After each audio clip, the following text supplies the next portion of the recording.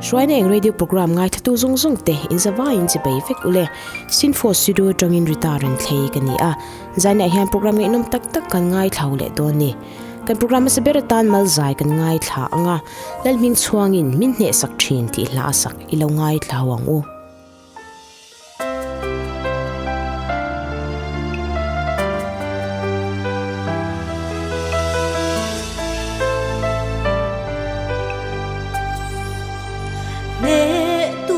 thiên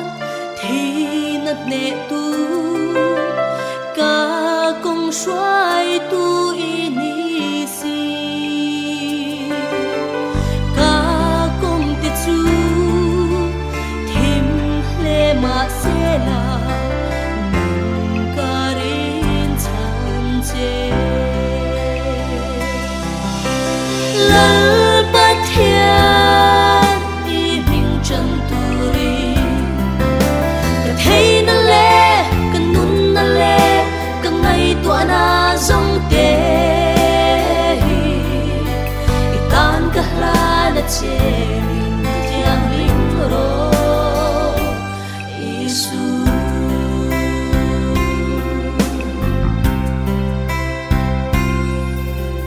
kong en ki ma mal min som chi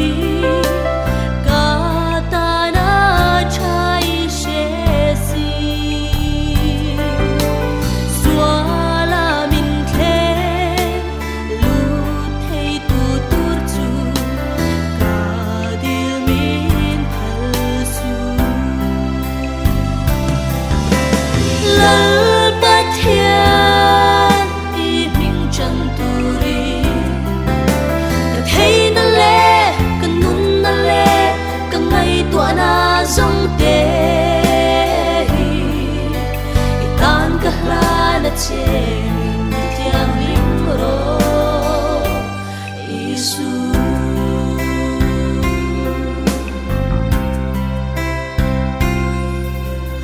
i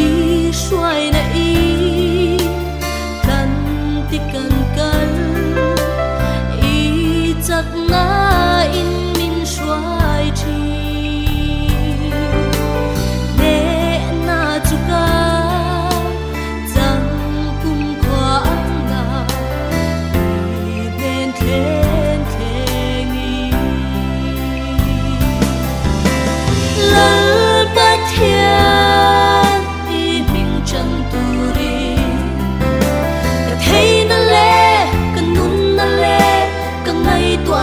zong te itan ka hla na che min tiang ling ro isu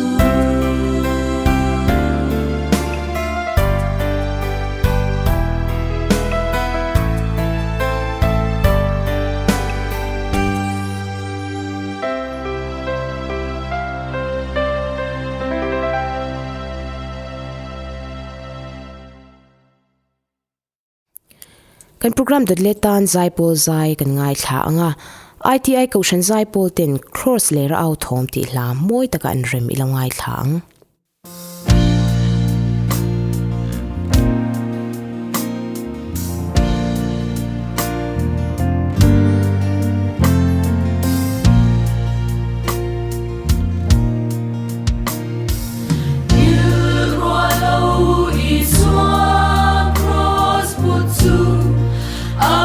Moi,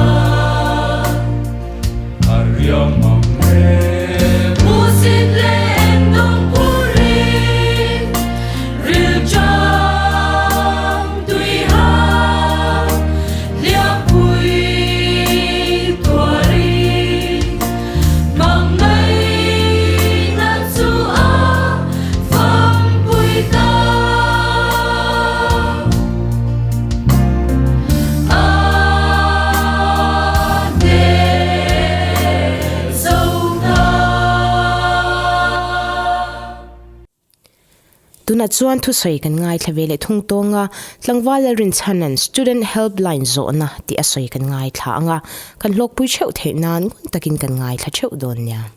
tuntum zona le chana huna hian chung ko poimo na chungchang kan soi dona chung ko he engkim bul le top ani na chena oma wangin a poimo hle maya chung ko kan hriat thiam dan te chung ko kanin kai hroi dan sang te a poimo in kan tu le fa khovel ma chon tura phei chep mek te in nga na lung phum poimo takani tin tuntum chung ko chungchanga hian chung ko chungchanga zo na kan don thin te po a chana pek thei kanin be se ni ama saberatan chung ko chu enge ani a engwanga chung ko hilo om ve ringut nge ani ti chungchang han soila mishing ma saber adamale evia tang khan bible a chung ko hi kan hmungala pathian in thla punga khovel lo khat tura mishing te min siam na konga hian chung ko hi bulpui em a pathian chatun rem ruat poimo takte zinga chung ko hian mun a chang poimo hle ani christian de kanin zirtir na chuan chung ko ti hian mi pale mei chia pum khata in siam nei akoka chu bible zirtir dan po ani rengani mi pale me chekar lova chuan nu padikom theilova in neina dikani lo ti hi kan pom dan turani ang chung ko ti hian fanei le nei lo lam asoilova pathian ma mi pale mei chia pum khata kan in siam hian chung ko ni na bul kan zo tan ti na ni a in thla pung tura duan ma ni la chan sang awanga fanei thelo te po om the ni a amero chu fanei le nei lo hian chung ko ni na zirila khan koria tulem lo ti hria da tul ome tun tu mero chuan zirlai te no pang lo thang lian zel te ta na chung ko poimo na kan sei don awangin chung ko kan ti hian no pang te a huam lo thei don lovani chung ko poimo na point thum chau han soila pakhat na chuan chung ko chu zirna school mas saberani chung ko chu zirna school mas saberani ti hian huam zau theile a taksa le rilru ngai tu na zong huap poina soi the ome sunday school zirtir tu te nitin school zirtir tu te an zirlai no pangte hoi herle suk thek atang rangot po hian an lo pian chuna chung kom dan te an chung koin op dan te le an chung koin rel bol dan engamo chen chuan the thei thina chung an zirlai te nun dan atanga an chung koni phung tur an ri ruang chin te chu lo dik tang pui zelani hei ringot po hian chung poimo zia ching takin ran tir thei ome chung ko chu he khovel eng muve tura no panglo mi khwal tu mas saberani a no pang thil mu le hriat eng kim hi chung ko atang lo in tranani chu tiang chu ani wangin no pang en kol konga hian an mu le hriat tura kan chop chu sak thin te anin om tena tur thil kan pek thin te hian hriat lo kar an nun lo hroi thui le thina kan thil mu le hriat te kan thluak ka alut khom veka chumi mang chuan kan lo nung chuak thina lo ni chung ko in how phone in how boy thina tanga no pang lo chor chuak le chung ko apathian faka be ho thin atanga lo chuak chu anin ang theidon mi lo ti na ni hetiang hian ni wangin chung ko kan in obdan le kan in kol dan te chung ko in kan thil boy pui sang te abik takin no pang kan en kol dan le kan in chom chai dan hian kan tu le fatinuna kouri alo tu hle mai pani na nu le pa te kan superhero ten ni kan thu lom ni na poi athu pui atang in chiang le ngal viu maya nu le pa te poi mo noi asang zual hle a no pang te tan an mu thei pathian ten ni mi awangin a koi angilin an thu an zo mai thin thil thalo ti fo mai nu le pa chuan fathatak nei an har sat fo thina mizo thu fingin koi po akoma thachuna ra tha ti te sunlu konga thei dang ara ngai lo han ti te hian kan thil soi poimo zi anem ngeta hetiang hian I wangin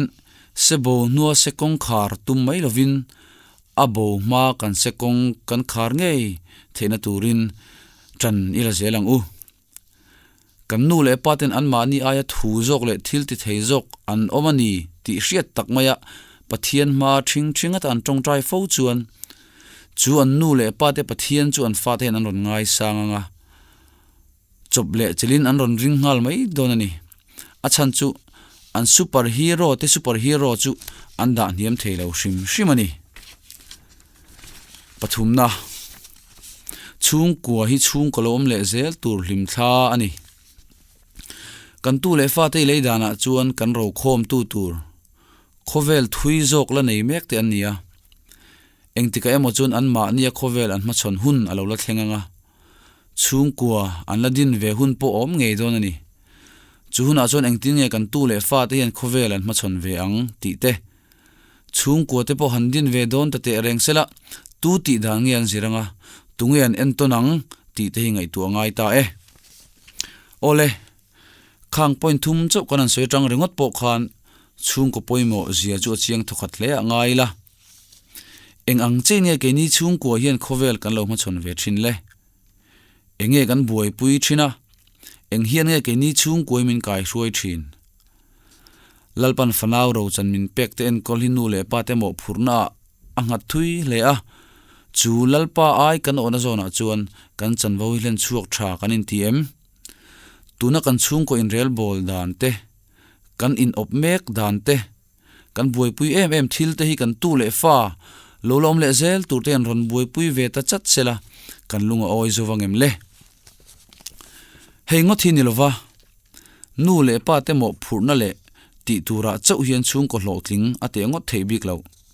an tu le fa no pangjok te po hian ti hlotling turan nei ve bokani chu kan bible a ngei po kan hmuwa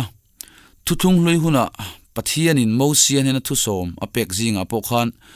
nu le pa choi moi tur ani le chumi chu dam reina ni thu kan hmuwa thuthung tharlama po chung koi kan hmu zui zela tir ko pola point nu le pa te thu zom poimo je soin thupek tiam nei masaberani ti te soya tiam ne thupek khan ti hian zona lom fo thina thu som pek khan chiar non le taila khang thupek an zom awanga an chantur ga engma ain ziak lova inu leipa choi moi ro ti ro chuan lu khong aneya chu chu dam reina ni thu min shilani kan nu le pa te kan du thanan ni lova tu mai kan pian chu na chung ko tura du kan thlang theilo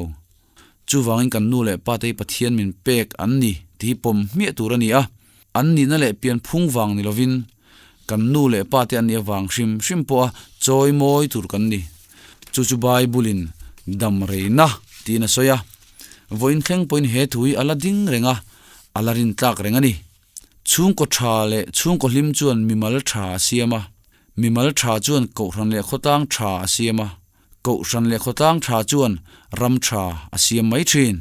in chung kwa in dam tang em le thu soi hlok thak tak kan ngai thla to boka mal zai kan ngai thlavele thung tonga Estherel mon puin khothiang lim Jerusalem ti la sak ilo ngai thlang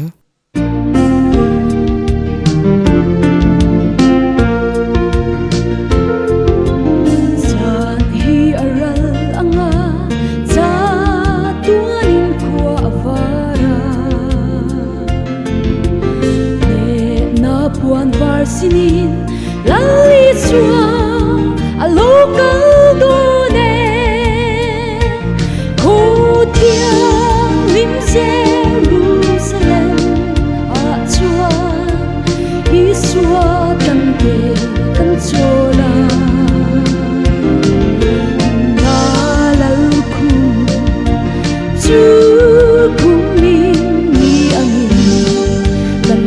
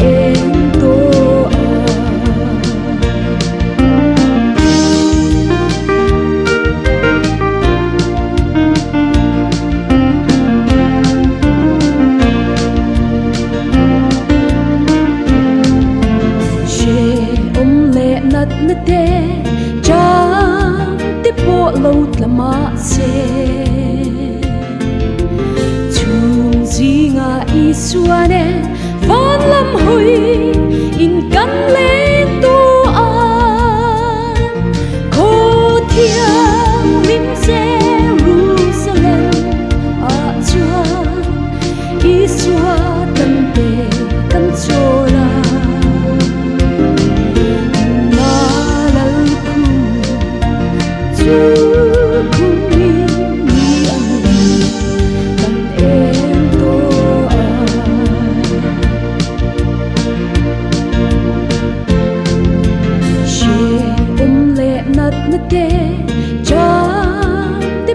lột là mát xe chung zinga isuanen van lam hui in kan lên tu an ko thiang lim Jerusalem a chuan Isua tan te kan chola na lal kum chu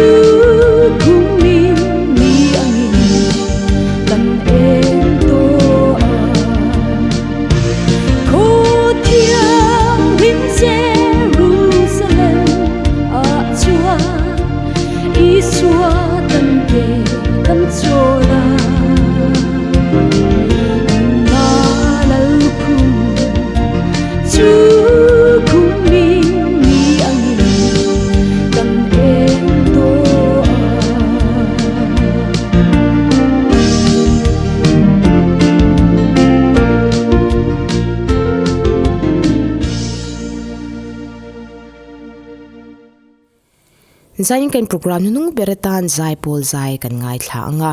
Mizoram Synod Choir ten cross lun tak ti hla moi taka an rem ilo ngai thlawang u o chu tlang moi tak mai Calvary kalpathi na mun chu katwaraya twar swana re nei lo chuan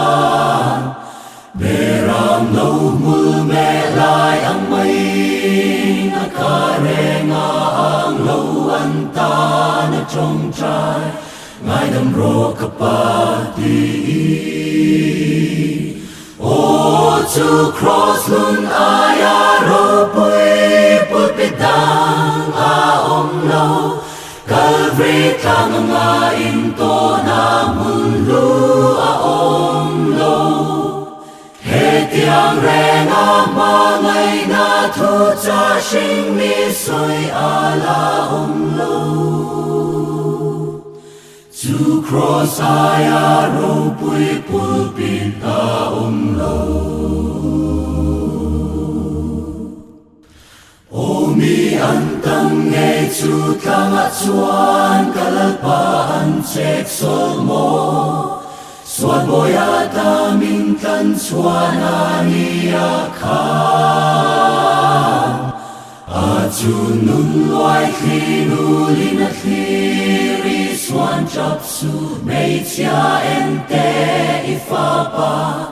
ibula ading ati o chu cross lun aya ro pui pulpitang a om lo Calvary tang nga in to na mun lu a om lo he tiang renga ma ngai na thu cha sing mi soi ala om lo chu cross aya ro pui pulpit a om lo har sat nai to chang te hian lali swaron pan mai ro itana atwar na sia kha ngai twa la ingol mai do lem ni ana itana twar na chu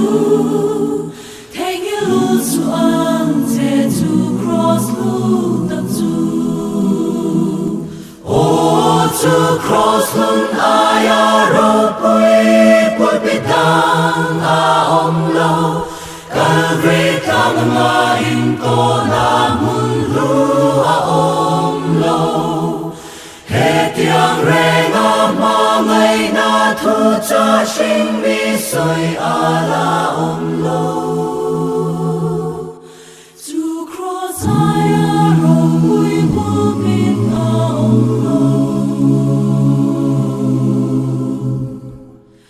to cross I we pulpit a om lo.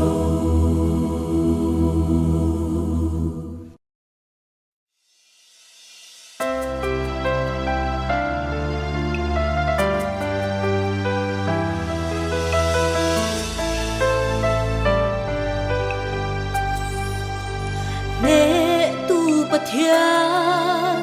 thì nát nè tu ca công xoay tu ini si ca công tiết chu thêm lệ mà sẽ là nung ca rin chan chê lal bát thiên i mình chân tu ri cả thấy nó lệ cả nun nó lệ cả ngày tua na dòng tê tan cả la na chê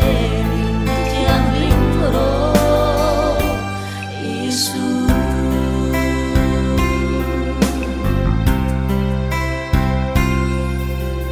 kong en ki ma mal min som chi ka ta na chai she si xóa la min the lu thei tu tur chu ka dil min thal su lal bát thiên i mình chân tu ri cả thấy nó lệ cả nun nó lệ cả ngày tua na dòng tê tan cả la na chê mình tiang linh ro Isu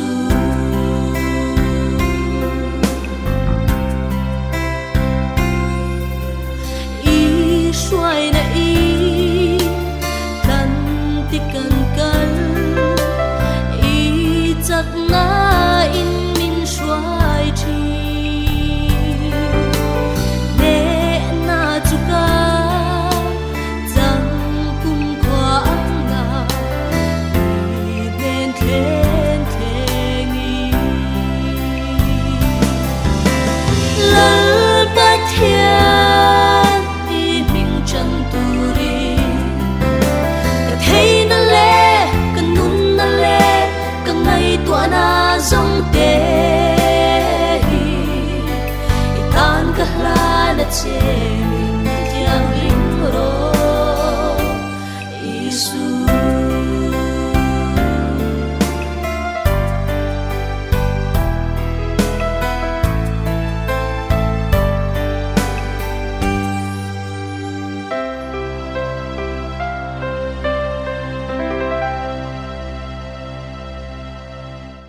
O chu tlang moi tak mai Calvary kalpati na mun chu ka tua raya tua swa na re nei lo chuan beram no mul me lai ang mai na ka re nga ang lo an ta na trong trai ngai dam ro ka pa ti O to cross lun aya ro pui pulpit dang a om lo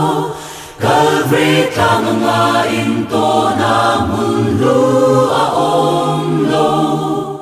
He tiang re nga ma ngai na thu cha sinh mi soi ala om lo To cross aya ro pui pulpit a om lo O mi an tam nghe chu tlang a chuan kalalpa an chek sol mo Suat boya ta min tan chuan a ni a kha chu nun loài khi nu lin a khi ri swan chap su mei chia en te I fa pa I bula ading ati o chu cross lun aya ro pui pulpit dang a om lo Calvary tang nga in to na mun lu a om lo he tiang reng a ma ngai na thu cha sing mi soi a la om lo chu cross aya ro pui pulpit a om lo har sat nai to chang te hian la li swaron pan mai ho itana atwar na sia kha ngai to la ingol mai do rem ni ana itana atwar na chu theng lu su ang je chu cross lu ta chu chu cross lun aya ro pui pulpit dang a om lo Calvary tang nga in to na mun lu a om lo he tiang reng a ma ngai na thu cha sing mi soi a la om lo chu cross aya ro pui pulpit a om lo chu cross aya ro pui pulpit a om lo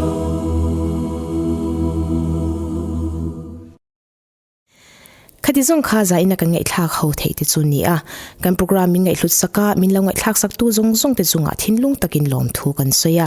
shroin eng radio program hi zir top zandar sari le chan viati chwa chen ni a min lo ngai thak sak le theu ton nia in zawai in mang tha ule